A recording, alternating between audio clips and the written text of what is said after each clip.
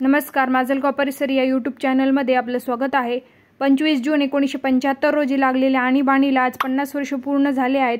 या निमित्ताने शहर अध्यक्ष किशोरदादा शितोळे, शहर सरचिटणीस जालिंदर शेंडगे, अध्यक्ष क्रांती चौक मंडळ सचिन गुगळे यांनी एक कार्यक्रम आयोजित केला होता। या चर्चासत्राचे थेट प्रक्षेपण माजलगाव परिसर या यूट्यूब चॅनलद्वारे मंडळाकडून आयोजित करण्यात आलेला आहे। आजचे आपले प्रमुख मार्गदर्शक, प्रमुख वक्ते हरीशजी देशमुख यांचं स्वागत करण्यास मी हरीशजी कुलकर्णी यांचे स्वागत करण्यास मी मंडळ अध्यक्ष सचिनदादा गुगळे, राज बाहुळे आणि बीके जोशी यांना विनंती करते की त्यांनी हरीशजींचे स्वागत करावे। दादा, आम्ही बेलफळ दिलेला आहे तुम्हाला तुळशी रोपासोबत। क्रांती चौक मंडळ नेहमीच नवीन नवीन काहीतरी संकल्पना घेऊन येत असतं दादा। आणीबाणी आताच म्हणलं की आणीबाणी काय होती हे आपल्यातल्या खूप लोकांना म्युझिक वाजवू नका। आणीबाणी काय होती, कशी होती आपण ती अनुभवलेली नाहीये, पण आपल्यात असे काही लोक आहेत की ज्यांनी ही आणीबाणी अनुभवलेली आहे। पण त्याआधी मी प्रास्ताविक करण्यासाठी साहेबराव निकम काका यांना विनंती करते की त्यांनी प्रास्ताविक करावे। आज 25 जून हा काळा दिवस भारतीय जनता पार्टी देशभर पाळत आहे। आज 50 वर्षापूर्वी त्या काळच्या काँग्रेस सरकारने आणीबाणी जनतेवर आणीबाणी लादली आणि नागरिकांचे मूलभूत अधिकार हिरावून घेतले। विरोधी पक्षातील अनेक नेत्यांना तुरुंगवासात टाकले। या काळा दिवस साजरा करण्यासाठी भारतीय जनता पार्टीतर्फे क्रांती चौक मंडळाकडून हा कार्यक्रमाचे आयोजन करण्यात आलेले आहे।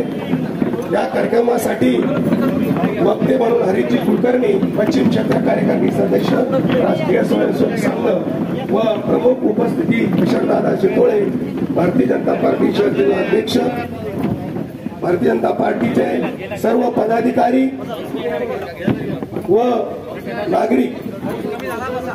मी यानंतर विनंती करतो की पुढील कार्यक्रम सुरू करावा।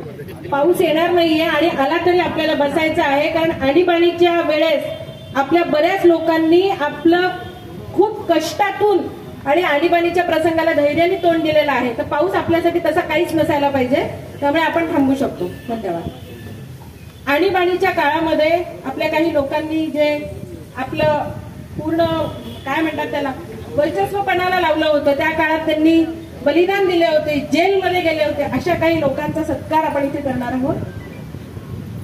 घेऊ का की तत्पूर्वी आपण एक गीत गाऊयात। आम्ही एक बोल म्हणणार, त्याच्या काय करायचं, भारत की जयकार करे हम, भारत की जयकार करे, भारत की जयकार करे हम, भारत की जयकार करे। युग युग परिचय विश्वगुरु का याद रखे सम्मान करे, विश्वगुरु याद रखे सम्मान करे। नारायण की चक्र सुदर्शन निर्मित भारत माता है, नारायण की चक्र सुदर्शन निर्मित भारत माता है। उपासना रज तेज शक्ति का भारत भाग्य विधाता ये, उपासना जीवन यज्ञ स्वधर्म सुनिश्चित दिव्य सृजन का दाता ये, दिव्य सृजन का दाता है। ऋषि मुनियों की इस धरती का नित्य हृदय में ध्यान करे, भारत की जयकार करे हम, भारत की जयकार करे, भारत की जयकार करे हम, भारत की जयकार करे। युग युग परिचय विश्व गुरु का याद रखे सम्मान करे। धन्यवाद। आज आपल्यामध्ये उपस्थित असलेले कैलासवासी चंद्रकांत तात्याराव कुलकर्णी यांचे चिरंजीव इथे उपस्थित आहे, भूषण कुलकर्णी यांचा सन्मान करण्यासाठी मी व्यासपीठावरच्या सर्व मान्यवरांना विनंती करते की त्यांचा आपण सन्मान करूया.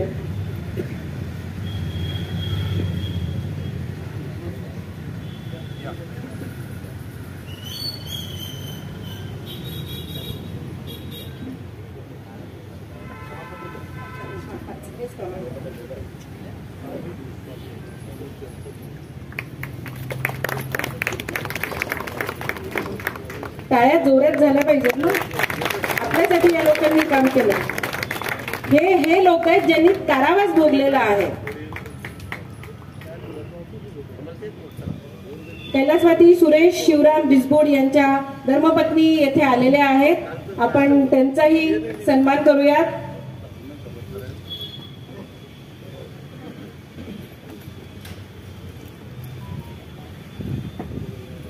आणीबाणी काय होती हे आपण ऐकणारच आहोत. तेव्हा तुमच्या लक्षात येईल की या लोकांचं योगदान खरंच किती मोलाचं होतं.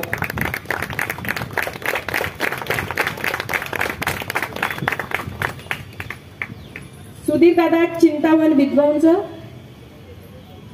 दादा आले. दादा आहेत ना.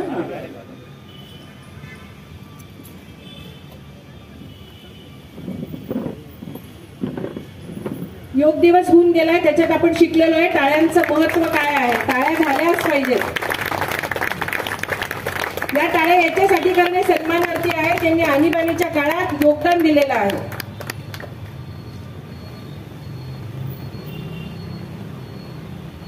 भालचंद्र दादा प्रभाकर कुलकर्णी,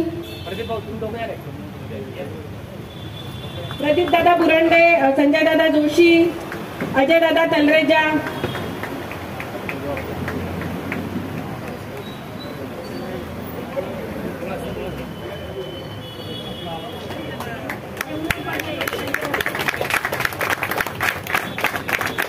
अनंत दादा रघुनाथ आचार्य,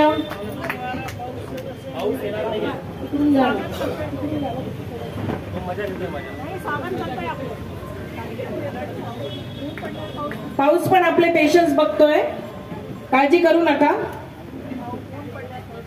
आणि पावसालाही माहिती आहे की आपण पक्के कार्यकर्ते आहोत.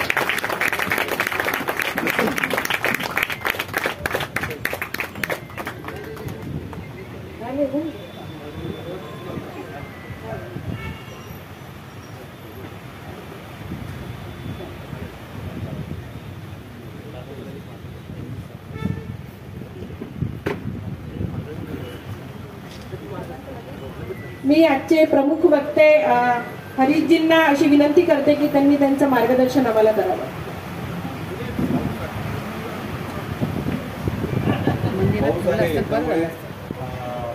सगळ्यांच्या भावना आपण लक्षात घेऊन मी माझं बोलणं पण प्रयत्न करतो. आपल्या शहर जिल्ह्याचे अध्यक्ष आदरणीय मित्रवर्य डोळे, या मंडळाचे अध्यक्ष शेंडगे आज या सगळ्या कार्यक्रमामध्ये उपस्थित अनेक भारतीय जनता पक्षाचे कार्यकर्ते, या परिसरातले अनेक नागरिक आणि संघाचे सुद्धा अनेक स्वयंसेवक या सगळ्या याच्यामध्ये आज उपस्थित दिसत आहेत. तर आज ज्या कारणासाठी आपण इथे जमलेलो आहोत तर हा संविधान हत्या दिन. आज लोकसत्तेमध्ये एक लेख आहे निवृत्त न्यायमूर्ती धर्माधिकारीजी यांचा. त्यांनी असं म्हणलं आहे की हा दिवस साजरा का करायचा. तर हा खरा दिवस साजरा करायचा नाहीये, पण या दिवसाचं स्मरण हे सतत करत राहिलं पाहिजे आणि सतत पुढच्या पिढीला काय इतिहास आहे हा माहिती झाला पाहिजे की ज्याच्यामुळे संविधानाच्या रक्षणासाठी म्हणून भारतीय समाज किती तीव्रतेने, किती उत्स्फूर्तपणे आणि कोणत्या टोकाचा जाऊन संघर्ष करू शकतो. तर भारतीय लोकशाहीच्या संरक्षणासाठी हा केलेला एक अविस्मरणीय अशा प्रकारचा संघर्षाचा इतिहास आहे. त्यामुळे याचे अनेक वर्णन करता येईल की ही एक जुलमावरची धीट चढाई होती. त्याच्या अर्थाचं एक पुस्तक सुद्धा ही जुलमावर धीट चढाई म्हणून असं पण एक आता मध्ये आलेलं आहे. तर अशा अनेक पुस्तकं या सगळ्या याच्या संबंधामध्ये, आणीबाणीच्या संबंधामध्ये आलेले आहेत. तर असा हा एक काळा दिवस ज्याला आपण म्हणतो, तर असा हा एक काळा दिवस हा आहे. 25 जून 1975 हा संविधान हत्या दिन जसं आपण म्हणतो. तर ही इंदिरा गांधींची जी महत्वाकांक्षा होती तर या महत्वाकांक्षेचं हे एक काळकुट्ट अशा प्रकारचं एक स्वरूप असं होतं. काँग्रेस किती लाचार होती इंदिरा गांधींच्या समोर याचं स्वरूप हा आपल्या आणीबाणीचा सगळा इतिहास हे सगळं सांगतो. संविधानाचं पुस्तक हातात घेऊन आज जे सगळेजण संविधानाच्या रक्षणाची गोष्ट बोलतात तर यांचं चाल आणि चरित्र काय होतं हे समजण्याचा हा सगळा इतिहास अशा प्रकारचा आहे. या संविधानाच्या रक्षणासाठी म्हणून किती तीव्र संघर्ष सगळ्या समाजाने केला आणि किती टोकापर्यंत जाऊन केला, प्रसंगी आपलं बलिदान सुद्धा याच्यामध्ये केलं, याचं एक द्योतक, याचं एक साक्षात उदाहरण म्हणजे आणीबाणीचा सगळा संघर्ष अशा प्रकारचा आहे. पूजनीय बाबासाहेबांनी आपल्याला जे संविधान दिलं तर ते संविधानाची जी प्रीएम्बल आहे त्या प्रीएम्बलमध्ये बदल, त्यामुळे आज पूजनीय बाबासाहेबांनी दिलेलं जे संविधान आहे तर ह्या संविधानाची प्रीएम्बल जशीच्या तशी आपण नाही वाचू शकत. 1975 मध्ये जे प्रीएम्बलमध्ये बदल झाला आणि समाजवाद आणि धर्मनिरपेक्ष असे 2 शब्द त्यात जोडले गेले, तर अशी आपली एक बदललेली प्रीएम्बल जी आहे तर ती आपल्याला सगळ्यांना आता वाचावी लागते. हा सगळा आणीबाणीचा इतिहास जो आहे तो 1 ते 10 मार्च 1971 या काळामध्ये 5व्या लोकसभेच्या गठनासाठी म्हणून निवडणूक झाली आणि या निवडणुकीमध्ये काँग्रेसला थम्पिंग मेजॉरिटी मिळाली. म्हणजे काँग्रेसला 372 जागा मिळाल्या. पूर्वी त्यांना जेवढ्या जागा मिळाल्या होत्या त्याच्यापेक्षा 67 जागा अधिक मिळाल्या. जवळपास 49% वोट पर्सेंटेज काँग्रेसचं त्या काळामध्ये त्या निवडणुकीमध्ये हे आलेलं होतं. इतकी प्रचंड थम्पिंग मेजॉरिटी काँग्रेसकडे होती. बाकीच्या विरोधी पक्षांचं जे पर्सेंटेज होतं म्हणजे कामराजांच्या पक्षाला 10% साधारणतः वोट पर्सेंटेज होतं. भारतीय जनता म्हणजे त्यावेळेसचा जनसंघ जो आहे त्याला 7.5-8% वोट पर्सेंटेज होतं. तर अशा प्रकारचं बाकीच्यांचं वोट पर्सेंटेज होतं. तर इतकी थम्पिंग मेजॉरिटी काँग्रेसची असताना सुद्धा त्यानंतरचा जो कालावधी आहे तो या देशामध्ये भ्रष्टाचार, अनागोंदी अशा प्रकारचा सगळा कालावधी हा राहिला. म्हणजे त्याचं वर्णन जे आहे की 1974 मध्ये टाइम्स ऑफ इंडियामध्ये एक बातमी आलेली होती की ज्या बातमीमध्ये असं म्हणलं की राजस्थानमधून 3000 लोक ग्रामीण भागातून शहरामध्ये आले. आणि कसे आले तर शहरामध्ये जे आले त्यांनी आपली गुरंढोरं विकली, आपलं दागदागिने विकले आणि असं सगळं विकून ते आपलं गुजराण करण्यासाठी म्हणून शहरात आले. अशा प्रकारचं एक अन्नधान्याची सुद्धा इतकी प्रचंड प्रकारची मारामारी अशी सगळ्या देशभर अशी पसरलेली होती. म्हणजे कलकत्त्यामध्ये अमृत बाजार नावाची जी पत्रिका होती त्या पत्रिकेमध्ये एक बातमी अशी आली की एका महिलेनी 5 रुपयासाठी आपल्या मुलाला विकलं आणि पोटाची गुजराण करण्यासाठी म्हणून. तर अशा प्रकारच्या देशातली जी परिस्थिती आहे अशी सगळी होती. याच काळामध्ये गुजरातमध्ये विद्यार्थ्यांचं एक मोठं आंदोलन सुरू झालं. इंजिनिअरिंग कॉलेजचे जे विद्यार्थी आहेत तर वसतिगृहामधलं जे अन्न होतं त्याच्यामध्ये एक मोठी म्हणजे वसतिगृहाची जी फीस होती त्याच्या संबंधाची तर त्याच्यामध्ये वाढ केली गेली. त्याच्यावरून आंदोलन छेडलं गेलं. खूप मोठ्या प्रमाणात आंदोलन झालं आणि असं आंदोलन दडपण्यासाठी म्हणून गोळीबार सुद्धा करावा लागला आणि अशा सगळ्या याच्यामध्ये काही विद्यार्थ्यांचा मृत्यू सुद्धा त्याच्यामध्ये झाला. त्याच सुमारास आणि बिहारमध्ये सुद्धा एक मोठं विद्यार्थी आंदोलन हे मोठ्या प्रमाणामध्ये सुरू झालं. कारण की देशामध्ये भ्रष्टाचार आणि अनागोंदी अगदी टोकाला गेलेली होती आणि अशा सगळ्या परिस्थितीमध्ये बिहारमधल्या आंदोलनामध्ये जवळपास 100 जण हे मृत्युमुखी पडले. 24,000 जण तुरुंगामध्ये आणि त्या काळामध्ये हे गेलेले होते. तर अशा प्रकारचं एक वातावरण संपूर्ण देशभर जेव्हा होतं तर त्या काळामध्ये आणि राज्यकर्ते कसा विचार करत होते. त्याच काळामध्ये अलाहाबाद हायकोर्टामध्ये 1971च्या निवडणुकीला धरून इंदिरा गांधींच्या विरोधामध्ये एक केस होती आणि अलाहाबाद हायकोर्टाने इंदिरा गांधींची निवडणूक अपात्र ठरवली आणि ही निवडणूक अपात्र ठरवल्यानंतर त्यांनी निवडणूक तर अपात्र झालीच पण 6 वर्षासाठी पुढील काळासाठी इंदिरा गांधींना निवडणूक लढण्यासाठी अपात्र ठरवलं. असा निकाल अलाहाबाद कोर्टाचा आल्यानंतर म्हणजे 12 जून 1975ला हा निकाल आणि अलाहाबाद हायकोर्टाचा आला आणि तो निकाल आल्यानंतर काँग्रेसमध्ये ज्या पद्धतीने सगळ्या हालचाली झाल्या म्हणजे केस सुप्रीम कोर्टात गेली. सुप्रीम कोर्टाचा निकाल येण्याच्या आधी 10 दिवसाच्या आत आणि काँग्रेसचे जे कोणी आणि चमचेगिरी करणारे असे इंदिरा गांधींचे सगळे होते त्यांनी बसून काय करायचे त्या संबंधीचा विचार विनिमय झाला. 20 जूनला आणि काँग्रेसची एक मोठी सभा दिल्लीमध्ये झाली आणि जी 20 जूनला काँग्रेसची मोठी सभा दिल्लीमध्ये झाली तर त्या सगळ्या सभेमध्ये आणि देवकांत बरुआ हे त्यावेळेस काँग्रेसचे अध्यक्ष होते. तर किती संपूर्ण काँग्रेस ही इंदिरा गांधींना सरेंडर होती. इंदिरा गांधी जे म्हणेल तेच होईल. इंदिरा गांधी काँग्रेसमध्ये पण होईल, देशात पण होईल, अशा प्रकारचं वातावरण सगळं होतं.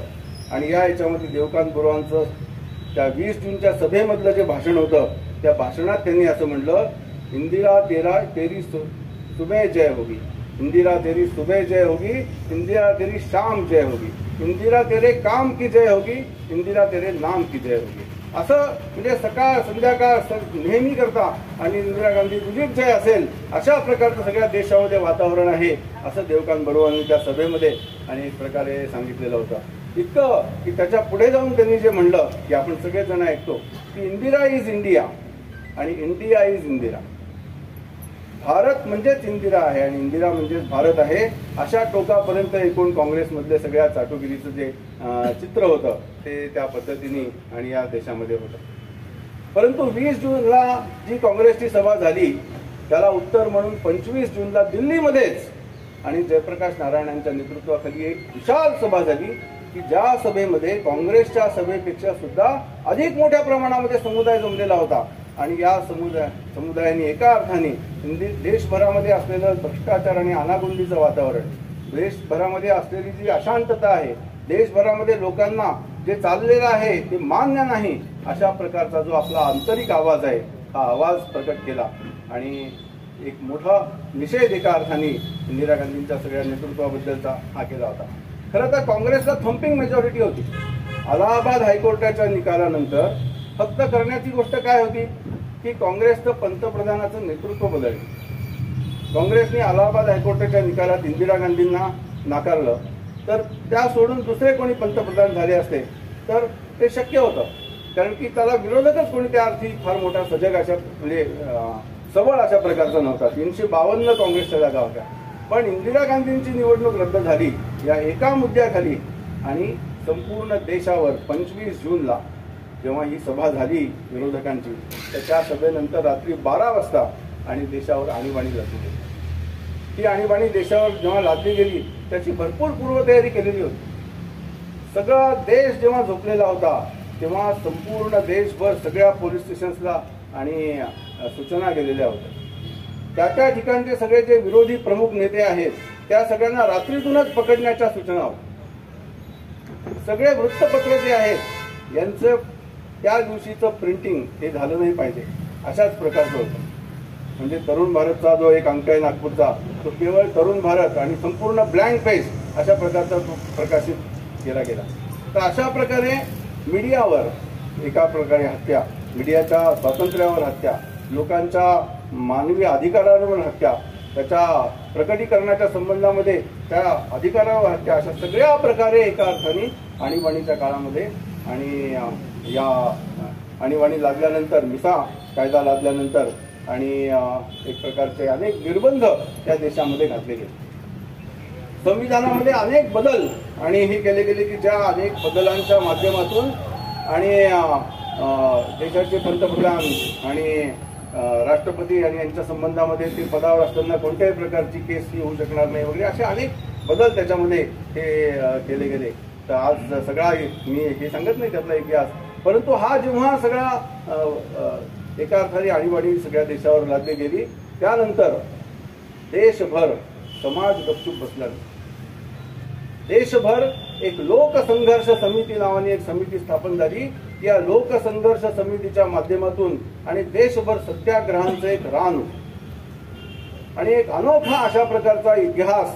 आणि आज आपण पाहतो की लोकशाहीच्या संरक्षणार्थ संपूर्ण भारत देश अगदी कन्याकुमारी ते काश्मीर अशा सगळ्या याच्यामध्ये आणि मोठ्या प्रमाणामध्ये सत्याग्रहामध्ये उतरला. सत्याग्रह किती अनोख्या प्रकाराने केले गेले. वेगवेगळ्या पद्धतीने सत्याग्रहांचं चित्र म्हणजे पद्धती ज्या आहेत त्या अवलंबल्या गेल्या, कारण की सत्याग्रह होणार म्हणल्यावरच पकडलं जायचं आणि म्हणून सत्याग्रह गपचूप करायचा. प्रत्यक्ष लोकांमध्ये गेल्यानंतर सगळा समाज आजूबाजूला असल्यानंतर सत्याग्रह करायचा. त्याच्या अनेक कृत्या आणि या केल्या गेल्या. म्हणजे लातूरला माहिती असेल आपल्याला गंज गोलाई आहे. त्या गंज गोलाईचं एक विशिष्ट रचना आहे, गोलाकार अशा प्रकारची ती सगळी व्यापारपेठ आहे. तर त्या व्यापार पेठेवर एक प्रकाश पाठक म्हणून जे त्यावेळेस ते कार्यकर्ते होते, आजही आहेत ते, तर ते त्या गोलाईच्या छतावर जाऊन चढले.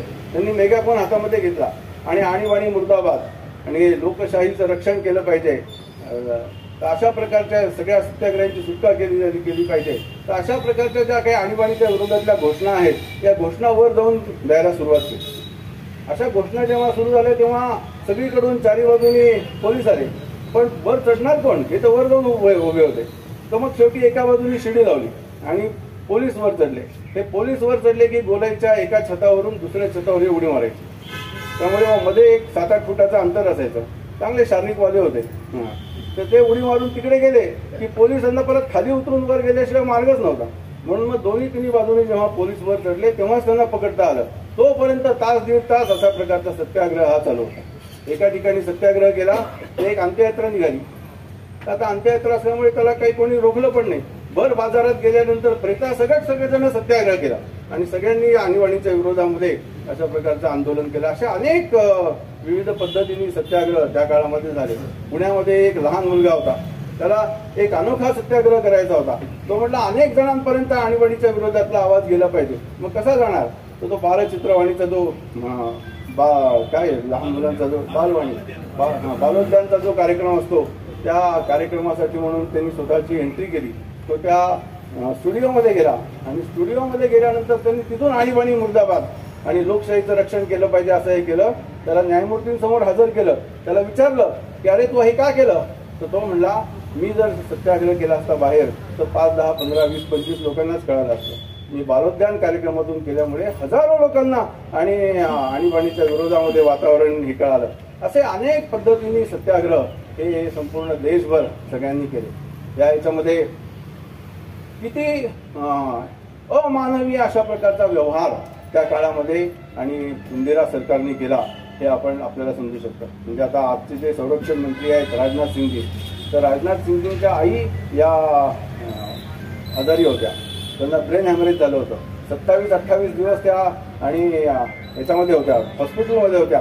परंतु त्यांना त्यांच्या अंत्यदर्शनाच्यासाठी सुद्धा म्हणून अनुमती ही दिली गेलेली नाही. तर असे अनेक पद्धतीने आणि लोकांना त्याचा छळ, एका अर्थाने सत्याग्रहींचा छळ असा हा या सगळ्या काळामध्ये झाला. सत्याग्रहींना मिळणारं अन्न सुरुवातीच्या काळामध्ये अत्यंत निकृष्ट दर्जाचं की ज्याच्यामध्ये किडे पण सापडायचे. त्याच्या विरोधात सत्याग्रहींना आंदोलन करावं लागलं आणि आंदोलन करून एक योग्य प्रकारचं अन्न सगळ्यांना मिळेल अशा प्रकारची व्यवस्था ही सगळ्यांना करावी लागली. तर अशा विविध पद्धतीने आंदोलन, मारझोड आणि या संबंधामध्ये तर असंख्य उदाहरण असे सांगता येते. म्हणजे दिल्लीमधले एक कार्यकर्ते की हेमंत बिश्नोई, दिल्लीमधले, त्या हेमंत बिश्नोईंना सरकारने पकडलं आणि सरकारने पकडल्यानंतर या सगळ्या सत्याग्रहाच्या पाठीमागे कोण आहे याच्या संबंधामध्ये त्यांना सगळे नावं विचारले, पण त्यांनी कोणाचंच नाव सांगितलं नाही. आणि म्हणून त्यांना इतकं बेदम मारलं की ते बेशुद्ध पण पडले. त्यांना म्हणजे त्याचं वर्णन पण आपण करू शकत नाही की कशा तिकटाच्या धुरी दिल्या, तिकट कुठे कुठे भरलं, तर आपण याचं वर्णन सुद्धा करू शकत नाही. इतक्या अमानवीय पद्धतीने अत्याचार आणि या सगळ्या सत्याग्रहाच्या कालावधीमध्ये असे हे सगळे झालेले होते. तर अशा असंख्य अत्याचारांना तोंड दिल्यानंतर सुद्धा आणि समाज कुठे हरला नाही. समाजाने परत एकदा लोकशाहीच्या पुनर्स्थापनेसाठी शेवटपर्यंत लढा दिला. इंदिरा गांधींचा पराभव झाला. इंदिरा गांधींना निवडणुका घ्याव्या लागल्या. इंदिरा गांधींना सगळे रिपोर्ट देणारे जे होते त्या सगळ्यांना म्हणजे आणीबाणी घोषित झाली, सत्याग्रह सुरू झाले. त्याच्यानंतर थोड्या दिवसातच इंदिरा गांधींनी सगळ्या पोलीस अधिकाऱ्यांना बोलवलं.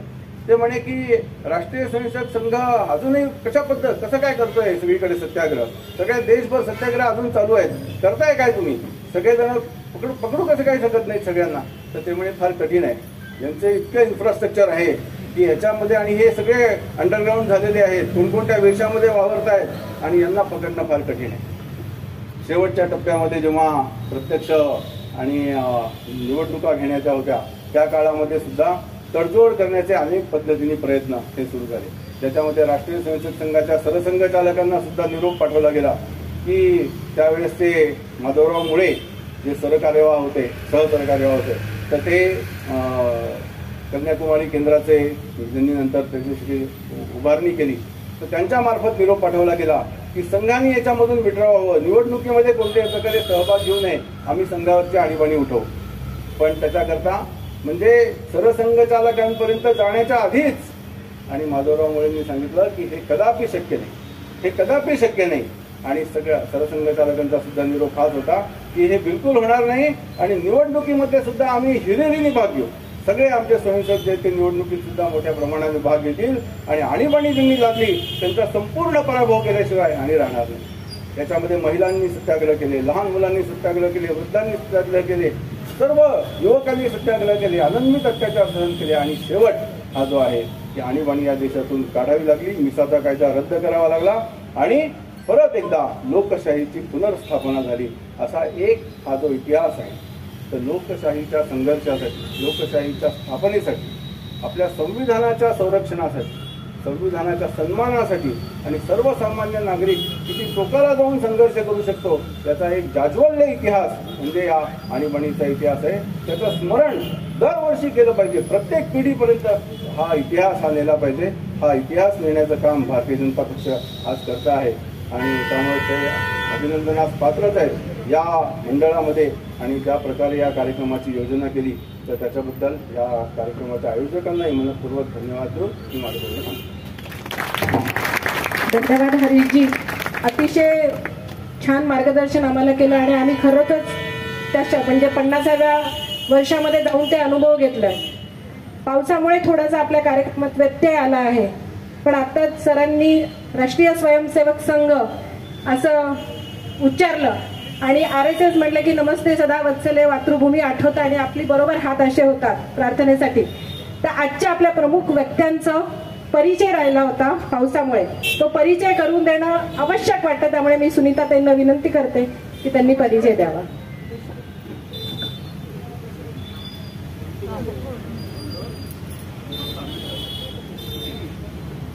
जय श्री राम सगळ्यांना.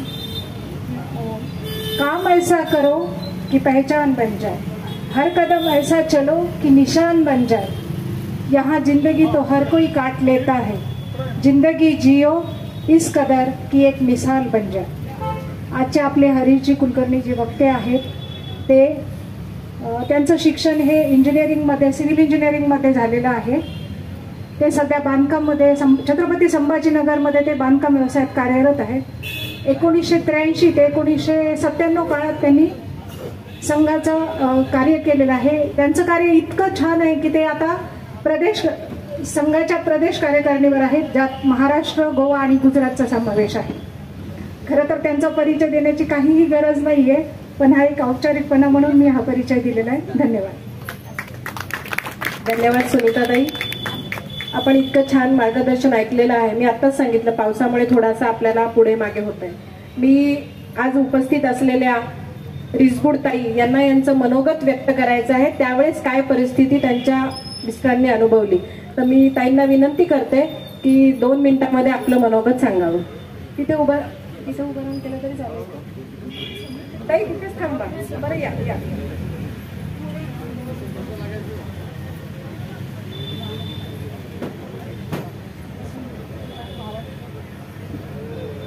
नमस्कार, मी सीमा रिसबुड. माझे मिस्टर आणीबाणी डिक्लेअर झालेल्या दिवसापासून इंदिरा गांधी पडेपर्यंत 2.25 वर्ष नाशिकच्या जेलमध्ये होते. जेव्हा माझा विवाह 74 साली झाला. जेव्हा आणीबाणी डिक्लेअर झाली तेव्हा मी गरोदर होते, 7वा महिना. मला फिट्स यायला लागला, एक्लॅम्शिया झाला, सगळं टेन्शन होतं. 9व्या महिन्यामध्ये मला नांदेडला, आम्ही नायगावला राहत होतो, नांदेड जवळचं नायगाव बाजार, तिथे ते वैद्यकीय व्यवसाय करत होते, पण संघाचेच कार्यकर्ते होते. त्यामुळे नांदेडला मला सिझेरियन ऑपरेशनसाठी नेलं. माझा मुलगा सचिन आता इथे आहे, त्याचा जन्म झाला. आणि नांदेडच्या डॉक्टरनी DSPला कळवलं रिसबुडांना अटक करू नका, कारण त्यांच्या मिसेस सिरियस आहे. मग DSP म्हणले की त्यांचं वॉरंट नायगावला आहे, तर त्यांनी नायगावला जाऊ नये. आणि अशा तऱ्हेने मुलाचा जन्म झाला. मी मुंबईला गेले आणि डॉक्टर परत आले. नांदेडला ST मध्ये बसले नायगावला एसटी मधून उतरताना समोर पोलीस होता आणि तो म्हटला, त्याने ओळखलं, डॉक्टर साहेब तुम्हाला अटक करायला आलोय. हे पण म्हणले माझी तयारी आहे. आणि मग त्या दिवसापासून ते 1.5 वर्ष तुरुंगात होते. नंतर ह्यांच्या जेवण खाण्यामध्ये बराच फरक झाला. चितळे बंधूंकडून सगळा दिवाळीचा फराळ जात होता. तेव्हा मी म्हणायचे की तुम्ही बरेच सुटलेले आहात पण मीच तुरुंगात आहे. याचं कारण असं होतं की गावात सगळ्यांना खूप असं वाटायचं की मदत करावी, पण गव्हर्नमेंटच्या टेन्शनमुळे कोणी यायचं नाही. सरकारी नोकरी यायचे नाही, शिक्षक यायचे नाही, डॉक्टर्स यायचे नाहीत. मी आणि माझा मुलगा राहत होतो. पहिल्या दिवशी पोलीस साध्या वेशात आला, इन्स्पेक्टर, आणि मला म्हणला की मला तुम्हाला भेटायचंय. तुम्ही म्हटलं तुम्ही वर्दीमध्ये का नाही आलात? तर तो म्हणला सगळे लोक बघतात. म्हटलं आता बघायचं काय राहिलंय, हे तर तुरुंगातच गेलेले आहेत, तर तुम्ही वर्दीतच या. मग ते वर्दीमध्ये आले की म्हणायचे तुम्हाला पैसे कोण देतं, तुम्ही घरभाडं कसं भरता, तुम्हाला किराणा सगळं कसं मिळतं. कारण माझा मुलगा लहान होता, मी नोकरी करू शकत नव्हते. तर मी त्यांना म्हटलं सरकार मला काही देणार आहे का? सरकार जर देणार असेल तर मी माझा हिशोब तुम्हाला सांगेन, नाही तर मी कशी राहते, तुम्हाला काय करायचंय, कशी राहील मी. मग अशा तऱ्हेने 1-2दा त्यांनी घराचं सुद्धा आम्हाला तुमच्या घराची झाडाझडती घ्यायचंय म्हटलं बघा तुम्ही काय मिळाल. नेमका त्यावेळेला काय होतं, आमच्या लग्नामध्ये दत्ताजी भाले होते आणि त्यांचा फोटो होता लग्नात, ग्रुप फोटो होता संघाच्या लोकांचा. आणि दत्ताजी भालेंच्या अटकेसाठी 2 लाख रुपयाचं बक्षीस होतं. पण तो फोटो मी चांगला दडवून ठेवलेला होता. आता सुद्धा जो दत्ताजी भाले रक्तपेढीत फोटो आहे तो आमच्या ह्याच्यातलाच इलाज केलेला आहे. तेव्हा अशा तऱ्हेचं ती इंदिरा गांधी मारून टाकतील, त्यांना माफी लिहून द्यायला काय होतं. तर मी त्यांना म्हणे ते तुरुंगात आहेत, मी इथे आहे, तुम्ही मला का सांगता. त्यांना म्हटलं तर ते देतील नाही देतील. आणि आता मारायची धमकी आता पुष्कळ झालंय आता, त्यामुळे मला त्या धमकीचं काही होत नाही. काय असेल ते बघू. पण पेपर मिळायचा नाही, काही बातमी काढायची नाही. आणि असं जमतं. ते पॅरोलवर पण नाही आले. मी फक्त एकदाच त्यांना भेटायला गेले नाशिक जिल्हा. ते सुद्धा लहान मुलाला घेऊन गेले तरी आम्हाला 2.5 तास वेटिंग रूम मध्ये ठेवलं. ते येत कारण एवढा मोठा एरिया होता की त्या एरियातून माणूस येऊन आपल्याला भेटायला खूप वेळ लागायचा. मग मी म्हटलं आता यांना भेटायला जाण्यात नाही. 1.5 वर्षांनी हे सुटली. आणि मग ते इन्स्पेक्टर आले आणि त्यावेळेला नेमकी माझी गव्हर्नमेंटने नेमणूक केली ती की रेप वगैरे झालं तर, कारण मी नगरसेविका म्हणून निवडून आले ते. आणि मग ते इन्स्पेक्टर मला सलाम करायला आले. तेव्हा म्हटलं आमचे दिवस ते होते, तुमचे दिवस आता असे आहेत. म्हणजे अस्मानी सुलतानी हे जे समर्थांनी लिहिले ना, तशा तऱ्हेचे अत्याचार त्या काळात होती. डॉक्टर सहबा जोशी संघचालक होते नांदेडचे. बाजारात भाजी आणायला गेले ते, इतका सज्जन माणूस, पण तिथेच पोलीस आला आणि त्यांना धरून नेलं. त्यांना घरी सुद्धा पाठवलं नाही. अशा तऱ्हेचे अनंत, म्हणजे मी शिक्षित होते म्हणून हे सगळं दारिद्र्याने, पण काही घरं बेचिराग झाली कारण त्यांना कोणीच नव्हतं. बरं कोणी आसरा द्यायला तयार नव्हतं. आणि असं वाटायचं हे दिवसच आता संपणार नाही. म्हणजे आता ज्ञानेश्वर माऊलींना जसं की अन्न मिळालं नाही, त्यांच्या अन्नात लोकांनी माती घातली आणि आज वारकऱ्यांची व्यवस्था बघा. म्हणजे तो काळ आठवतो की माऊलीने जे केलं, जे भोगलं, आणि त्याच्यापेक्षा किती वेगळा काळ. दत्ताजी भाले आमच्याकडे यायचे. आमच्या घराच्या समोर पानपट्टी होती, तिथे साध्या वेशात पोलीस बसलेला असायचा. मला हे कळलेलं होतं. दत्ताजी तरी सुद्धा यायचे. येऊ नका हो, येऊ नका सांगितलं तर दत्ताजी यायचे. दत्ताजींसारखा स्वयंसेवक दुसरा नाही कार्यकर्ता. दत्ताजी आले की मी त्यांना बाथरूम मध्ये बसायला लावायचे. खेड्यातली ते बाथरूम लाकडी, त्या बाथरूम मध्ये ते बसायचे. मी स्टोव्हवर 2 भाकरी आणि एवढं लोणचं द्यायचे. ते 6-6 किलोमीटर चालत जायचे दत्ताजी. एसटी असली तरी सुद्धा. आणि शेवटपर्यंत सांगते काय की त्यांना 2 लाख रुपयाचं बक्षीस शेवटपर्यंत दत्ताजी सापडले नाही. फक्त ते कुटुंबाची देखभाल करत होते. जे जे तुरुंगात आहेत त्यांची कुटुंब कशी आहेत, आणि म्हणून ते माझ्याकडे तुम्ही म्हणायचे अहो पोलीस समोर बसलेला आहे दत्ताजी, येऊ नका तुम्ही इथे, असे दत्ताजी गेले आणि दुसऱ्या दिवशी आणीबाणी होती, त्यांना उलट्या झाल्या आणि दत्ताजी गेले.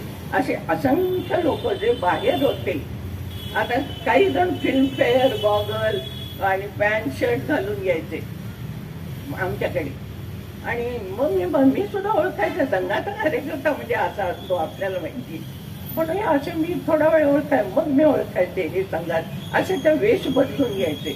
वेश बदलून आले तरी सुद्धा पणशीकरांना आमच्या इथे ते एसटी मध्ये बसले, नांदेडला उतरताना अटक झाली, मागून पोलीस तोपर्यंत होता. अशा तऱ्हेचे अनेक अनुभव मी अनुभवले आहेत. आणि आता आपल्याला बराच काळ आलेला आहे, पण आता भाजपचं गव्हर्नमेंट आहे म्हणून ही सगळी आव्हानं आपण सहन करतोय. आत्ता आव्हान सहन केलं किंवा आत्ता केलं पेलगामचं फार दूर नाहीये, आणि म्हणून आपण या गोष्टींचं स्मरण ठेवणं आवश्यक आहे. ज्ञानेश्वरांना स्मरावं, रामदासांना स्मरावं, तर ती आणीबाणी स्मरावी. आणि हे जर केलं नाही तर आपला देश किती आक्रमणाच्या संकटात जाईल याची आपण जाणीव ठेवली पाहिजे. इतिहासाकडून शिकायला पाहिजे आपण, आणि हे शिकावं म्हणूनच हा आजचा आपला स्मरण दिन आहे. या स्मरण दिनामध्ये माझे मिस्टर गेले, 7-8 वर्ष झाली त्याला. आता त्या सगळ्या आठवणी आहेत, आणि त्या आठवणीमध्ये हे अत्यंत जोमांनी नंतर कार्य करत होते. संघाच्या लोकांच्या कार्याचं मी वर्णन नाही करू शकत, भाजपचे समोर माझे आहेत, पण संघाच्या लोकांचा त्याग धनुभाऊ रानडे पायी पायी बसने जात असत. धनुभाऊंसारखा त्याग नाही कुठे. असे कार्यकर्ते मी बघितलेले आहेत. माझे वडील पनवेलला संघचालक होते, 48 साली ते तुरुंगात होते, आणि नंतर मिस्टर होते. थोड्याशा या आठवणी आपल्याला सांगायचं कारण असं आहे की आता जरा बरेच दिवस आलेले आहेत, पण हा त्याग न विसरता आपण तन मन धनाने राष्ट्र रक्षणात उभं राहिलं पाहिजे. सर्वांना शुभेच्छा. जय जय रघुवीर समर्थ. रिसबूड काकूंचं खूप खूप आभार आणि धन्यवाद. इतकं छान त्यांनी त्यांचं मनोगत व्यक्त केलंय. खरोखरच मी हरीशजींना पण अशी विनंती करेल की RSSचे असे खूप सारे लोक आहेत ज्यांचे अनुभव जर आम्हाला ऐकायला मिळाले गटागटाने तर त्यांनी आयोजित करावे. कारण मध्यंतरी माझ्याकडे दादा लाड आणि प्रशांतजी हरताळकर येऊन गेले, 5 मिनिटासाठी आले होते, पण ते 3 तास बसले आणि तो वेळ कसा याला कळाला नाही. तर हे जेव्हा अशा गोष्टी कळतो तेव्हा कुठेतरी आपल्याला असं वाटतं की मी तर काहीच नाही, मी काहीतरी केलं पाहिजे. मी यापुढील मार्गदर्शन करण्यासाठी आमचे शहर जिल्हा अध्यक्ष किशोरदादा यांना विनंती करते, त्यांनी मार्गदर्शन करावे. बोला भारत माता की जय. वंदे वंदे. आज भारतीय राज्यघटनेच्या काळामध्ये झालेली आणीबाणी आपल्या सर्वांच्या दृष्टीने हा काळा दिवस, आणि त्यासाठी व्यासपीठावर प्रमुख व्याख्याते म्हणून उपस्थित असलेले राष्ट्रीय स्वयंसेवक संघाचे क्षेत्र टोळीचे सदस्य माननीय हरीशभाऊ कुलकर्णीजी, या सगळ्या आणीबाणीमध्ये ज्यांनी प्रत्यक्ष तुरुंगवास भोगला, देशाच्या या राज्यघटनेच्या रक्षणासाठी जे सरसावले अशा रिसबूडताई, आनंदजी आचार्य, सुधीरजी विद्वंस, हा कार्यक्रम ज्यांनी आयोजित केला असे आपल्या मंडळाचे तरुण तडफदार अध्यक्ष सचिन भाऊ, रुपालीताई, त्याचप्रमाणे जालिंदर भाऊ, श्रीनिवासजी, सागरजी, संजीव भाऊ, उज्ज्वलाताई, शालिनीताई, साधनाताई, सुनीताताई, वंदनाताई, निकमताई आणि सर्वच माझ्या उपस्थित सहकारी बंधू आणि भगिनींनो, हरीश भाऊंनी अतिशय सुंदर विश्लेषण केलेलं आहे. आमच्या या सगळ्या स्वातंत्र्याच्या काळामध्ये हा अतिशय काळा दिवस आमच्या सगळ्यांच्या स्मरणात राहणारा दिवस आहे. पण आज नवीन पिढीला हा विषय कळला पाहिजे, नवयुवकांना हे काय झालं होतं हे कळलं पाहिजे. म्हणून भारतीय जनता पार्टीच्या वतीने आपण शहरभरात सगळीकडे आज अशी व्याख्यानं आयोजित केलेली आहेत. मंडळी, हे आणीबाणी महामानव डॉक्टर बाबासाहेब आंबेडकरांनी आपल्याला राज्यघटना दिलेली आहे. आपण सगळे भाग्यवान आहोत की या राज्यघटनेनुसार आम्ही सगळे जगतोय. आमचे मूलभूत अधिकार, आमचे मूलभूत कर्तव्य हे करण्यासाठीची आमची राज्यघटना आम्हाला वंदनीय आहे. भारतीय जनता पार्टीच्या सगळ्या कार्यकर्त्यांना अतिशय आदराची ही राज्यघटना आहे. हरीश भाऊंनी मांडलेला विषय आता आपण ऐकलाय. ही आणीबाणी पहिल्यांदा लागली होती का हो? या आधी पण एकदा लागली होती. कोणतं वर्ष होतं ते? 1962. काय झालं होतं तेव्हा? भारत आणि चीनचं युद्ध झालं होतं. महामानव डॉक्टर बाबासाहेबांनी घटनेमध्ये लिहिलेलं आहे की देशावर असं काही संकट आलं, देशाच्या मध्ये अशी काही अशांतता व्हायला लागली, देशाची सुरक्षितता कधी जर धोक्यात यायला लागली तर देशाचं सर्वोच्च ठिकाण असतं संसद आणि संसदेच्या वर असतात राष्ट्रपती. तर या संसदेने निर्णय करायचा असतो की आमच्या देशाच्या सीमा असुरक्षित आहेत, देशातली अंतर्गत परिस्थिती अडचणीत आहे आणि त्यावेळेला या सगळ्या संसदेने मंत्रिमंडळाने निर्णय करायचा आणि तो राष्ट्रपतीकडे पाठवायचा आणि ह्या सगळ्या देशाची सूत्र या राष्ट्रपतींच्या हातामध्ये जाऊन पंतप्रधानांना अधिकार देऊन देश सांभाळणं यासाठी अतिशय शुद्ध भावनेने महामानवाने हे घटनेमध्ये तरतूद केलेली आहे. त्यावेळेला युद्ध होतं, लागली, अतिशय बरोबर आहे. त्याच्यानंतर दुसऱ्यांदा पुन्हा लागली तेव्हा 1900, त्याच्या आधी 71ला काय झालं होतं? भारत पाकिस्तानचं युद्ध झालं होतं. आमच्या सैनिकांनी शौर्याची परिक्रमा केली, शौर्य गाजवलं, पाकिस्तानला नमवलं आणि त्यावेळेला देश सांभाळण्यासाठी त्या युद्धाला आपल्याला सामोरं जाण्यासाठी आणीबाणी लागली होती. अतिशय दोन्ही घटना बरोबर होत्या, आम्हा सगळ्या भारतीयांना मान्य आहे. पण 1975 त्याच्या आधीचा काळ होता 1967चा. गोलकनाथ नावाच्या एका व्यक्तीच्या संदर्भातला कोर्टामध्ये केस चालू होती आणि त्याच्यामध्ये सर्वोच्च न्यायालयाने निर्णय दिला की जर या भारतातल्या सामान्य नागरिकाच्या मूलभूत अधिकारात कोणाला बदल करायचा असेल तर तो संसदेला अधिकार नाही. अतिशय स्पष्ट निर्णय सर्वोच्च न्यायालयाचा आहे, घटनेचा सन्मान करणार आहे. त्यावेळेला राज्य करत होत्या आमच्या इंदिरा गांधीजी. त्यांना हे मान्य नव्हतं. अतिशय लाडात वाढलेल्या या इंदिराजी, ऐश आरामात आणि सुख समृद्धीमध्ये जन्मलेल्या इंदिराजी, आपण त्यांचं वर्णन ऐकलं तर बालपणापासून या ऐशो आरामात राहिलेल्या अतिशय जिद्दी, पाहिजे ते पाहिजे, मला मिळालंच पाहिजे, हट्ट करणारा असा यांचा स्वभाव.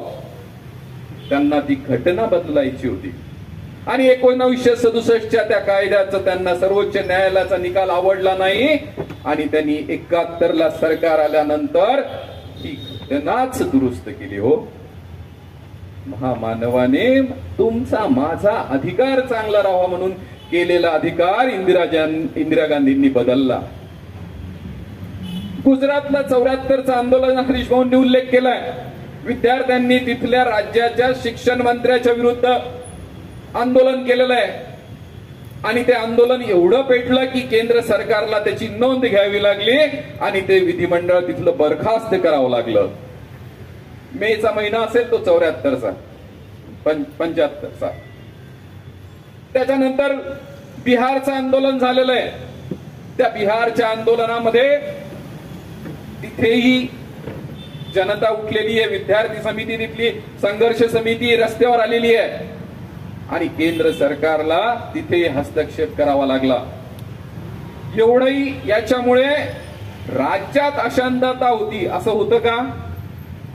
देशात अशांतता होती असं होतं का? असं नव्हतं.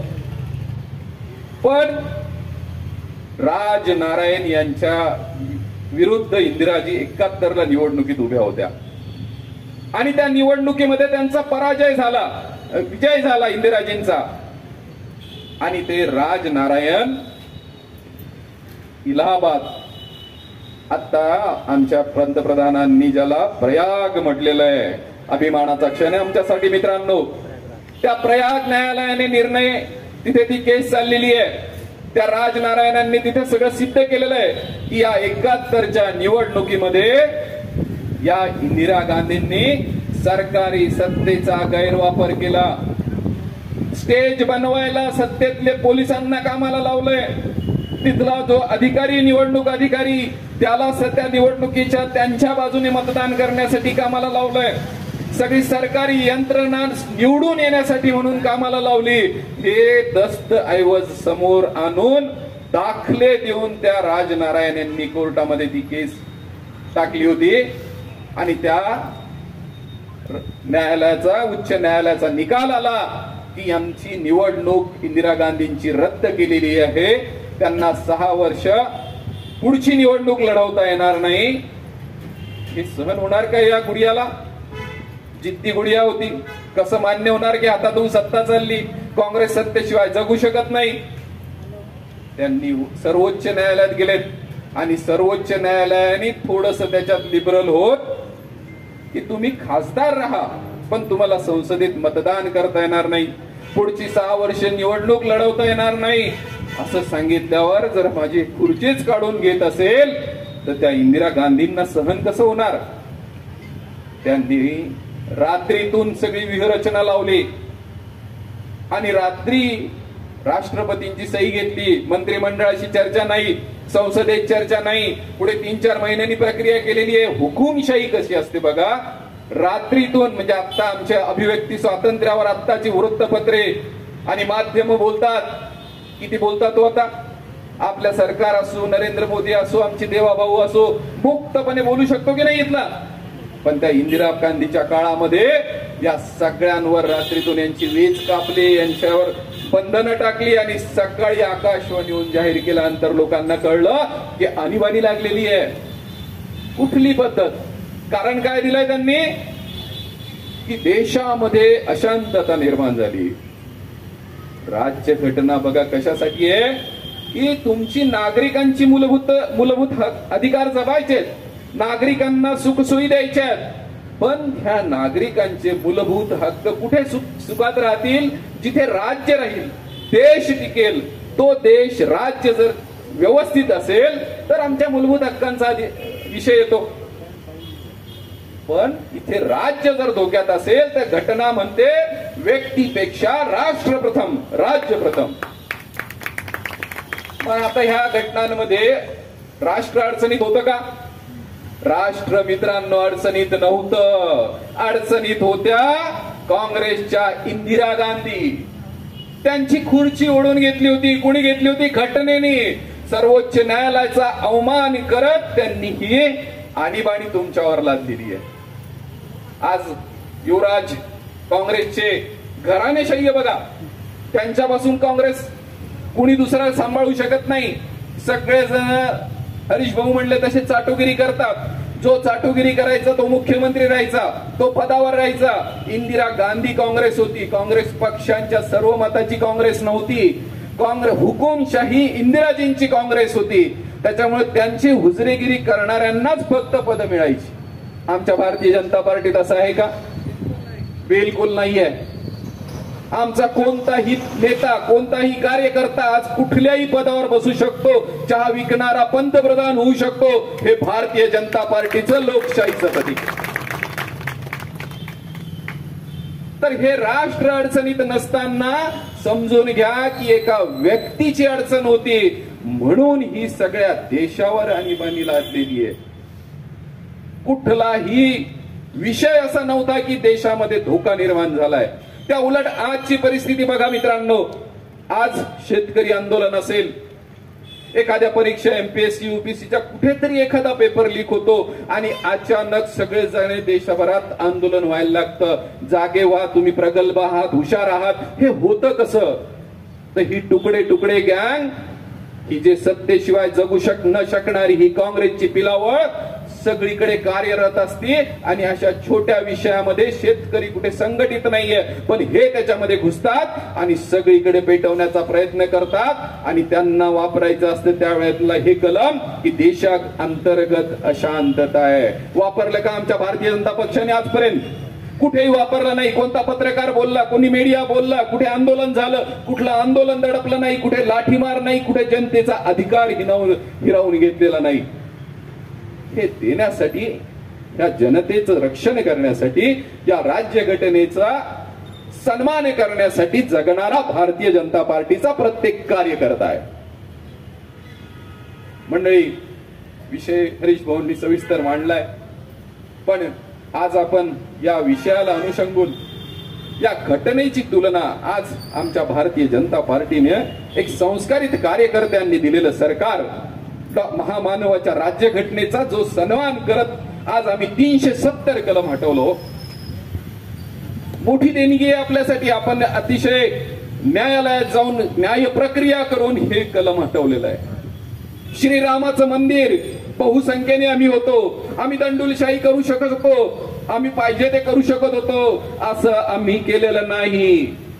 आम्ही सर्वोच्च न्यायालय, उच्च न्यायालय याच्यामध्ये आमच्या हजारो वर्षांच्या ग्रंथांचा, परंपरेचा, सगळ्या पुराव्यांचा सन्मान, दाखले या राज्य घटनेला अनुषंगून न्यायालयात ठेवून आम्ही राम मंदिर मिळवलेलं आहे. बोला प्रभू रामचंद्र की.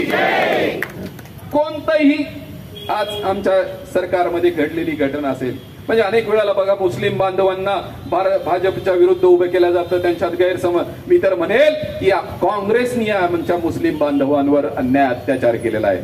त्यांना विकासाच्या या प्रवाहातून अनेक वर्ष दूर ठेवण्याचं पाप या काँग्रेसने केलेलं आहे. या आणीबाणीमध्ये नरेंद्र मोदी, आपल्या इंदिरा गांधीजींचे चिरंजीव संजय गांधी अतिशय महत्वाचे होते.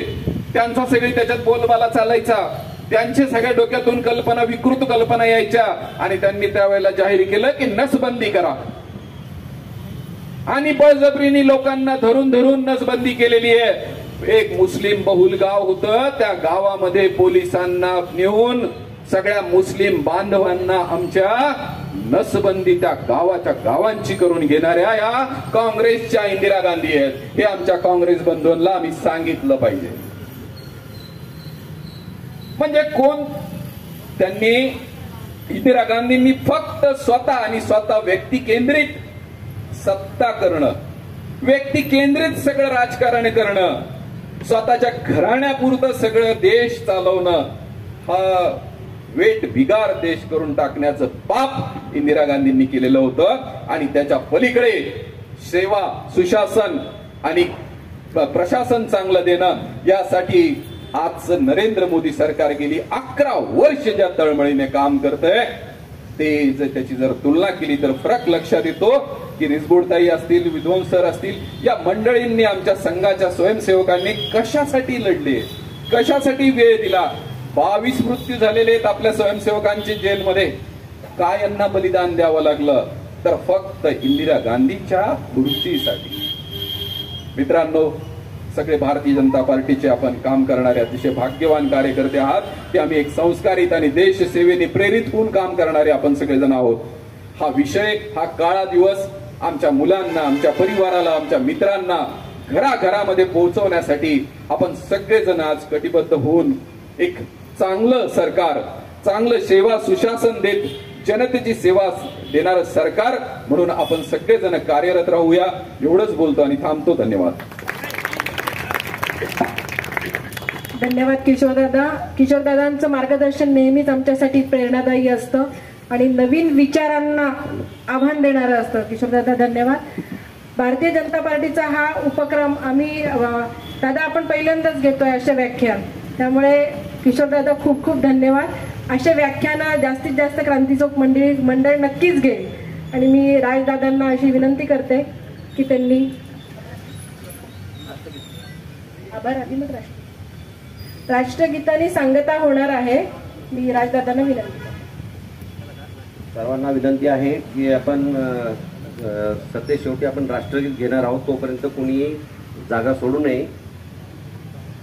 आजचा कार्यक्रम जो आपण आयोजित केला होता त्या कार्यक्रमासाठी प्रमुख वक्ते म्हणून आपल्याला आज लाभलेले हरीशजी कुलकर्णी यांच्या व्यस्त वेळापत्रकामध्ये त्यांनी आपल्यासाठी एवढा वेळ काढला आणि आपल्यासाठी आले, आपल्याला इतकं मोलाचं मार्गदर्शन केलं की जी आणीबाणी 50 वर्षापूर्वी जी लागू केली होती भारतामध्ये त्याचं चित्रच आपल्या डोळ्यासमोर पूर्ण उभं केलं त्यांनी.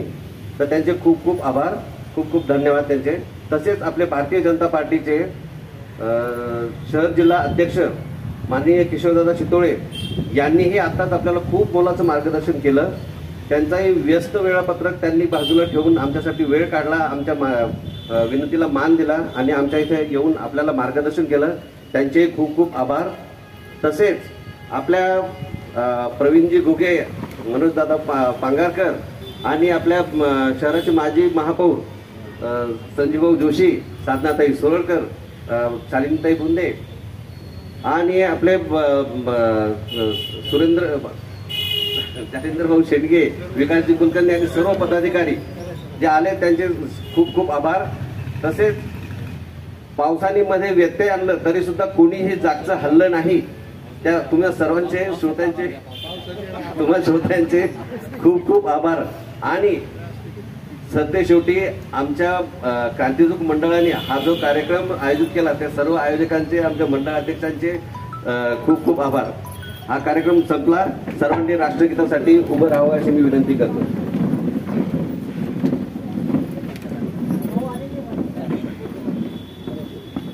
राष्ट्रगीत संपल्यानंतर जय हे भारत भाग्य विधाता, पंजाब सिंध गुजरात मराठा द्राविड उत्कल बंग, विंध्य हिमाचल यमुना गंगा उज्जल जलधि तरंग, तव शुभ नामे जागे, तव शुभ आशीष मांगे, गाहे तव जय गाथा, जनगण मंगलदायक जय हे भारत भाग्य विधाता, जय हे जय हे जय हे जय जय जय हे. भारत माता की, भारत माता की, भारत माता की.